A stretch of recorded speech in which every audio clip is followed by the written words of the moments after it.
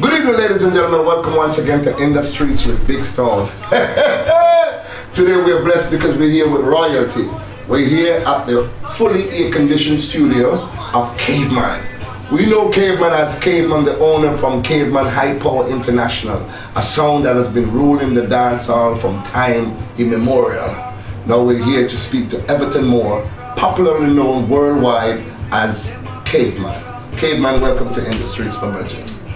Thanks for being here. To be honest with you, it's kind of hard to catch up with Caveman because Caveman has been touring the world recently. Up until late last year, he was in Africa, Zimbabwe. A matter of fact, he and Miguel Collins, aka Cesar Kalanji, did a tour based on the invite of the president of Zimbabwe for a special function that we're going to discuss a little bit more with EVERTON and find out what the February 21st movement was all about. He's going to explain all that. But Zimbabwe, was it the first time, my brother?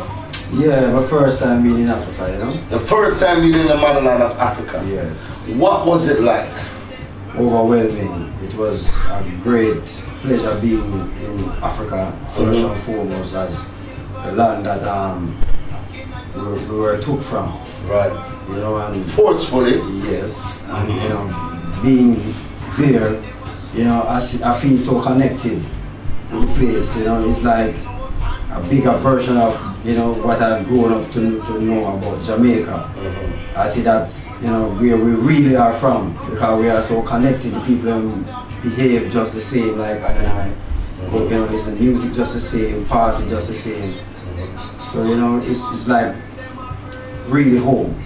I was reading the newspaper article that yourself and Cesar Kalanji came out in the newspaper, and portion of the article said that you was kind of surprised to find out that the people share the same rhythm, the hunger, the crave for reggae music.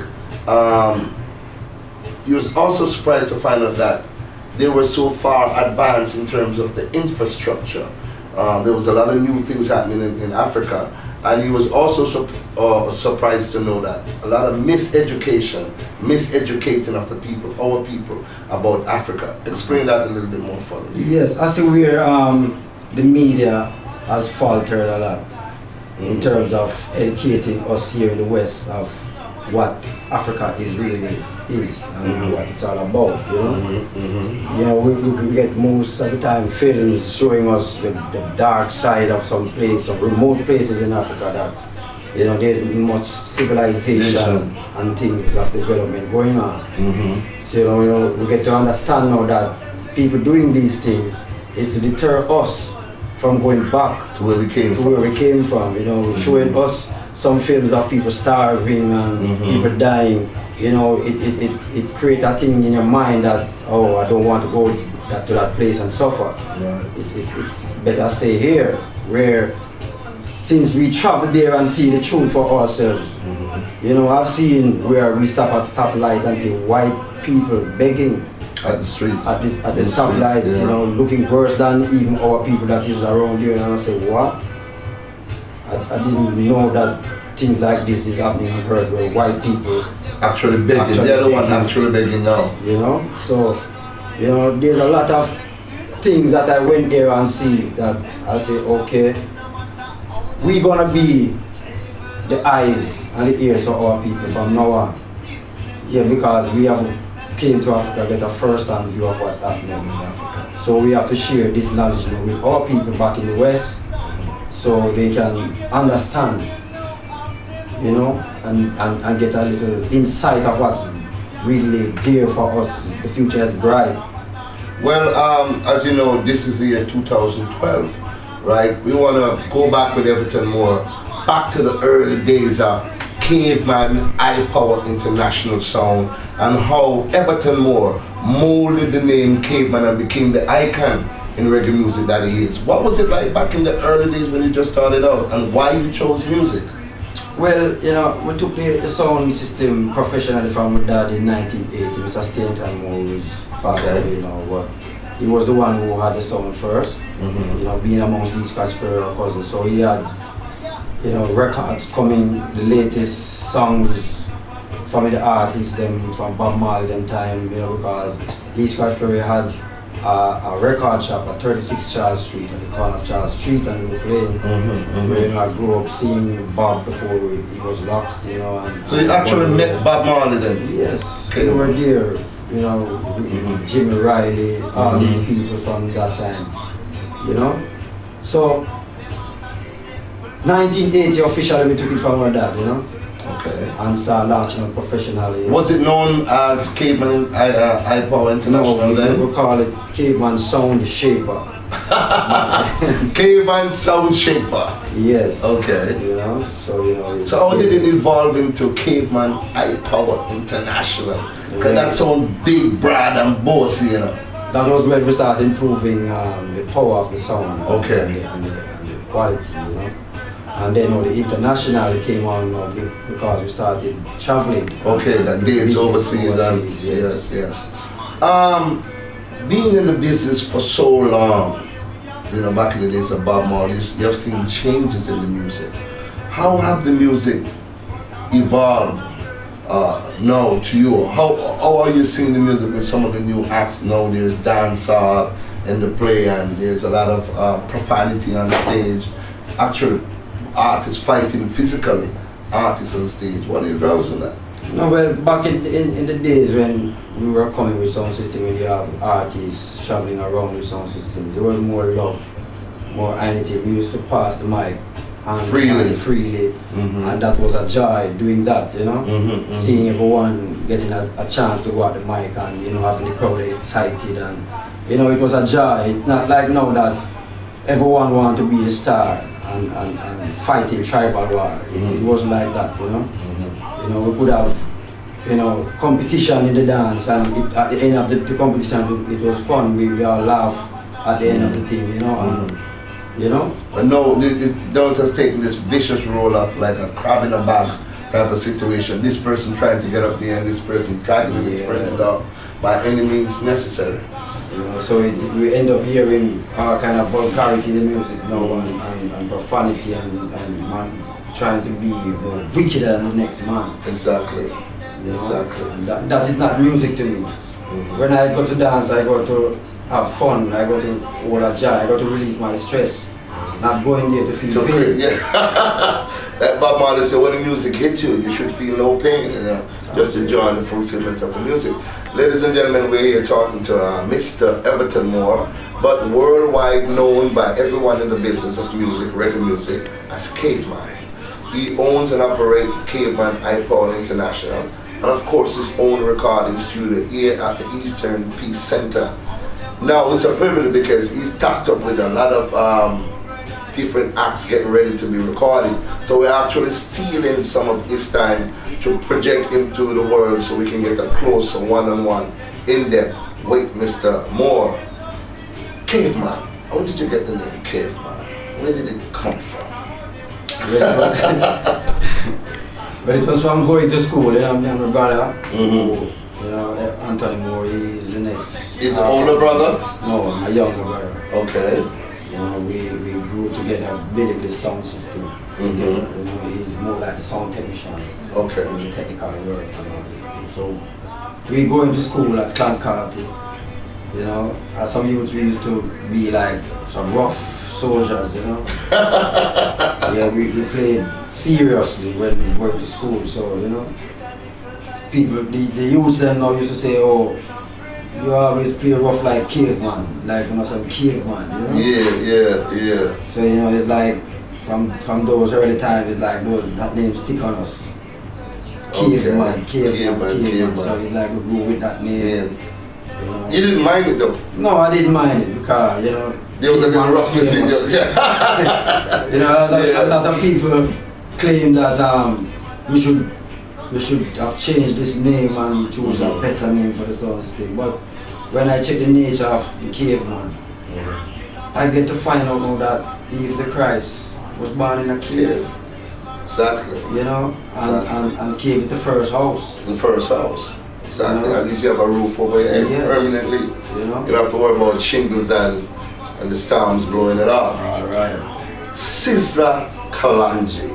I know a lot of people have seen you with, and I read part of the last article that you did with the Zimbabwe thing. and it says that a lifelong relationship.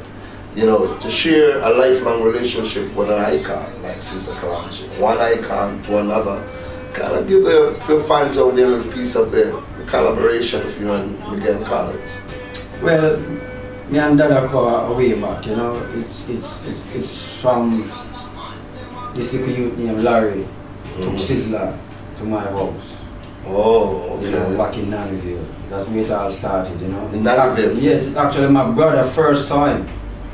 You know, that's Anthony Moore, Lion Man. He was the first one who saw him. And when I came home from studio where I was, you know, back at Grove Road, he was saying to me, "Boy, Everton, you come a yard, man. Them call him Little One." Little One? Yeah, in bad. Them man don't want a man arrange their music for them. Do you the beauty of everything unique and you know, in right him won't do it. And I said, what? Because them time me I run a little youth program on my yard still. Okay. But you trying to source talent? Were you searching for talent back then? Yeah, me always help the youth them because I build a studio at my house, although I go into other studios and pursue myself as an artist out there. Okay, you're an artist. Well, we're going to get to that, don't worry. Let's finish up with Sizzler thing here. The story and wines. So it's when we come back now from off the road, you know, I'm telling me that about this thing now. So I love hearing him, so it's like the following day he came back. You know, then time I had a little selector engineer that used to be at the yard more time doing some stuff. Ferran, you know, who later turned an engineer for Shocking Vibes. Right. Ferran, you know, played me some stuff on cassettes, you know, and I was listening and you know, till I actually met him, and we started holding a good vibe. What was he like then, a young little one? As very humble man, very humble. You just come in and you know, not talking much, but when they put him around the microphone, all hell break loose. Yes, and you know, I train him somewhere where I give him some different studio one and some of the toughest rhythm that other artists would be feeling. Yeah. And he shines and every time. You to find the knack, the unique way how to grip each rhythm differently and say yes. Superstars in the making. This youth, you know. So at that time now, being not even in my studio, it was like the crowd was getting too big. Because you know, parents was there and the other youths them and everything there, you know, and sometimes artists would come and David boisterous, so I had to find another place. Okay. You know, so that's when I went to Grove Road. Okay. You know, I took Sizzler with me along going to Grove Road. That's how we met up with Mr. Homer Harris. Okay. Who at that time was grooming artists like Mark Wanda, Lucian, Angie Angel, I think back in the days. Yes, and Buju Bantan. He was actually even sending Buju to school, giving lunch money and you know, having homework and all those things. You know, and Buju would be rehearsing with Paul Castick, another drummer from 809 band. Okay. You know, so I introduced now Sizzler to Mr. Harris because Sizzler was always telling me that he loved the style that Buju was doing. So you know, he aggressive style there. Yeah, Buju in the early days, you know. But later on, branched to his own style and vibes, you know. So at what point of the friendship did the name Sizzler Kalanji emerge? Well, one day me and Mr. Harris was in the office at Grove Road and Sizzler was at school. Okay. So the discussion came up that you know we need a proper name, stage name for him because it's Little One thing not going to work, you know. So Mr. Harris suggested let us check the dictionary. Find a suitable appropriate. Yes. Name, you know. So we tried all different type of other words, but we find out this word, the word named sizzle. Sizzle. And we see what the word sizzle mean heat. Heat. Yes. Right. Extra hot. Yes. So yeah. We say alright, but we couldn't call him sizzle because it's not really catchy. So we end up saying Sizzler, but we said no. that sound too soft. Yeah, Sizzler. Yeah, Sizzler. Yeah. And the rest that's is... how the name come about. And from we came home from school that evening and we gave him a name. He said, yes, I can work with this. And the rest is in history, ladies and gentlemen. For those of you just joining this program, I'm here at Eastern Peace Center 121 Windward Road.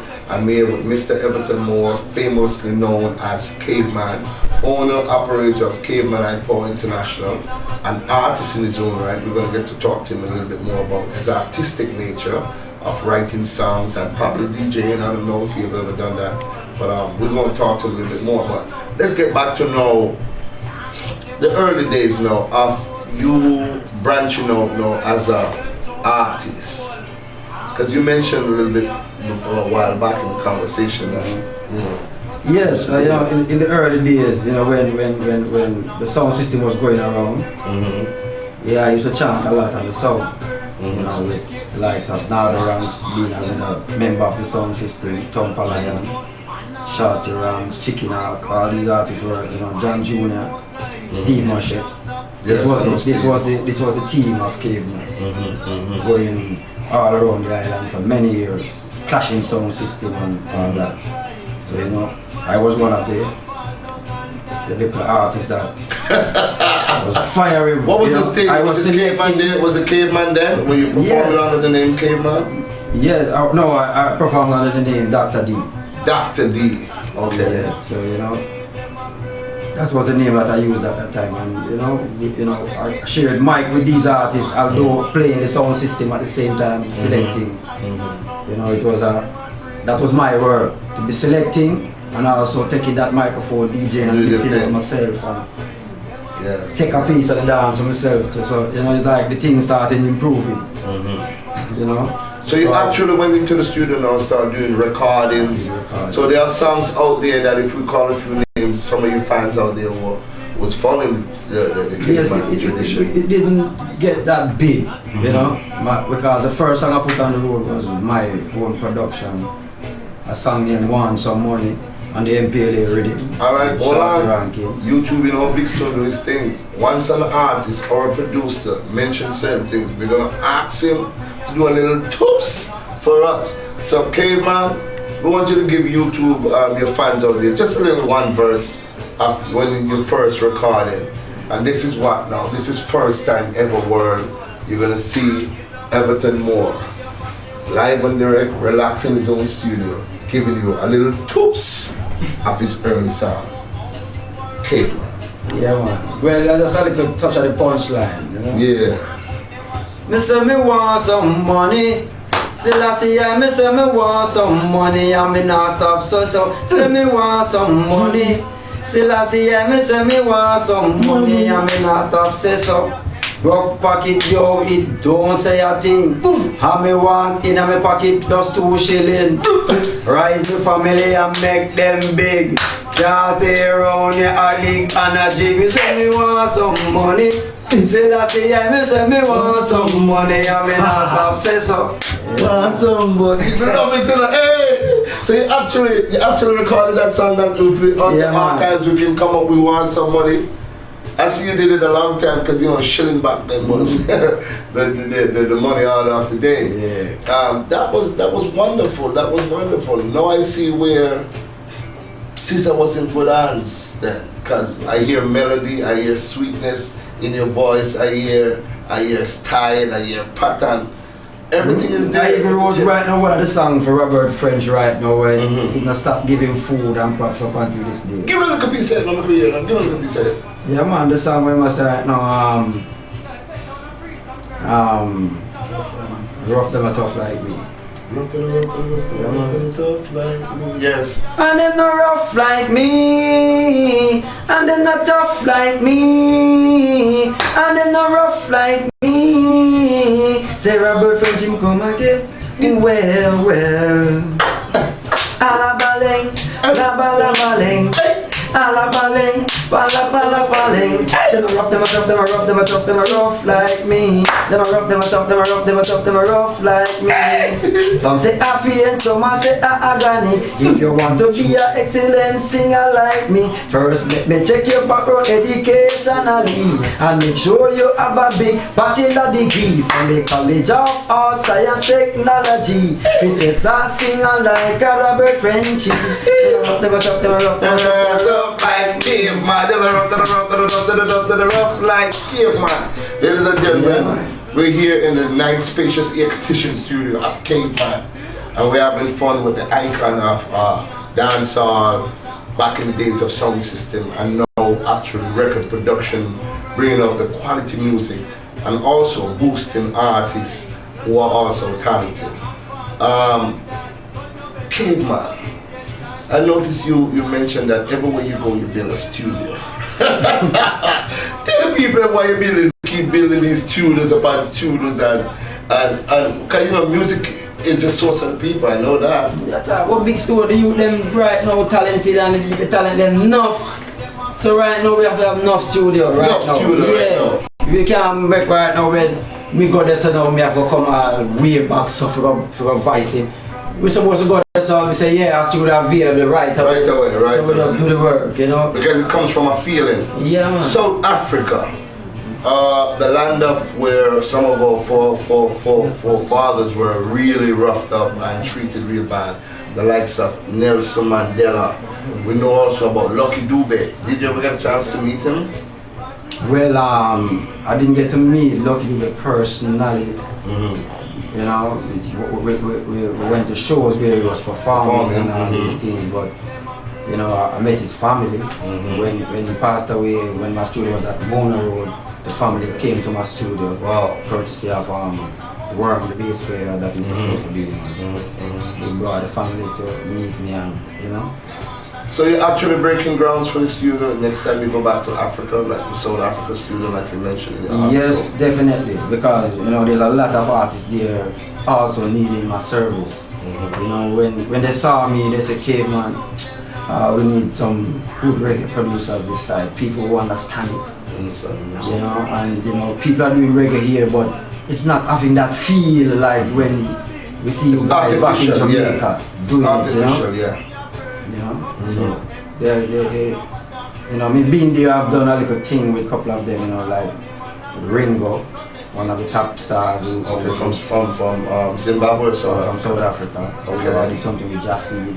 Okay. You know, a combination artists that's from the group Bongo Muffin. Bongo Muffin, yeah. That's big in South Africa, yeah. We did a combination with Jassy from that group with Sizzler. Okay. On the upcoming album for Sizzler. Okay. Boy, I'm telling you, your career span long and wide. There's so much things we can discuss. Where do you see our music going now? Because you know, there's a lot of people start to get involved with our music. It has this lucrative power of attraction, where we have a lot of foreigners coming into Ireland, duplicating our music, and they're actually making more money from our music than we who actually created these beats back then. Where do you see our music going, and can we control it, and can the younger ones do benefit from this?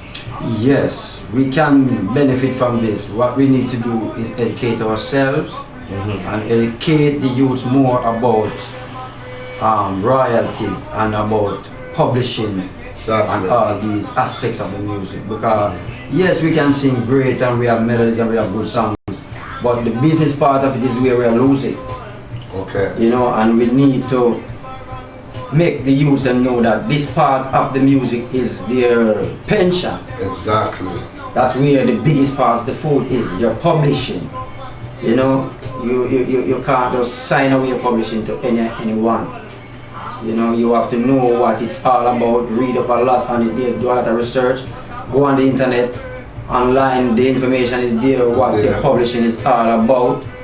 You know, and what is copyright, what is performance rights, you know, because all of these are rights in their own aspect, you know, and you collect from each one of these rights also. A lot of these things, as Brother Caveman was saying, was hidden from some of our artists. I've had the opportunity to interview some of our famous artists, like Ken Boot. I spoke with Ken Boot at his house. I spoke to Alton Ellis before he died. And he was saying he didn't even know that Muriel, one of his big hits, was a hit until he went to England, which was like 10 years later from the song, after the song was actually released. And you get to find out that a lot of producers were actually saying that they were the writer of these songs and the artist wasn't really benefiting. So publishing copyrights, as Brother Caveman was saying, is very important. Learn the business, not just learn the physical part of the business of performing, but learn the intricate part of the business, your pension as he puts it, because that's how you're going to get paid. And ironically, this pension can be willed from one generation to another. If you look at Bob Marley, you'll see that most of the songs are now doing great, excellent, great. His children will never suffer because they did the right thing, they copyright the music, they publish the music properly, and they own everything, so everything comes right back to the Marley family. Caveman, what about your friends, I mean, in the business? Do you see Jamaica taking a couple, this is 50 years, let's put it like this. Where have we come now, as you say, as a person who was in the business for a long time? Where do you see our country 50 years today in regards to our music? Well, where we are now, I say we have achieved a lot in terms of we have something big. Okay. That is recognized worldwide.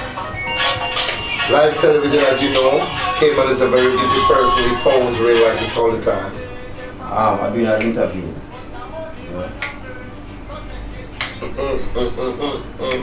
A young artist, everybody sound tough though. What the artist there?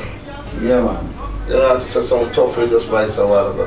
Yeah, man. So Caveman, so what do you want to say now? Because, you know, we can't just sit down for 15, 20 minutes and talk to you. We have to do it in a two-part series. So we just want you to look into the camera and speak to some of our young ones, the ones who are interested in the business and want to become a caveman or a scissor collection. What can they expect and how would you guide them for the future?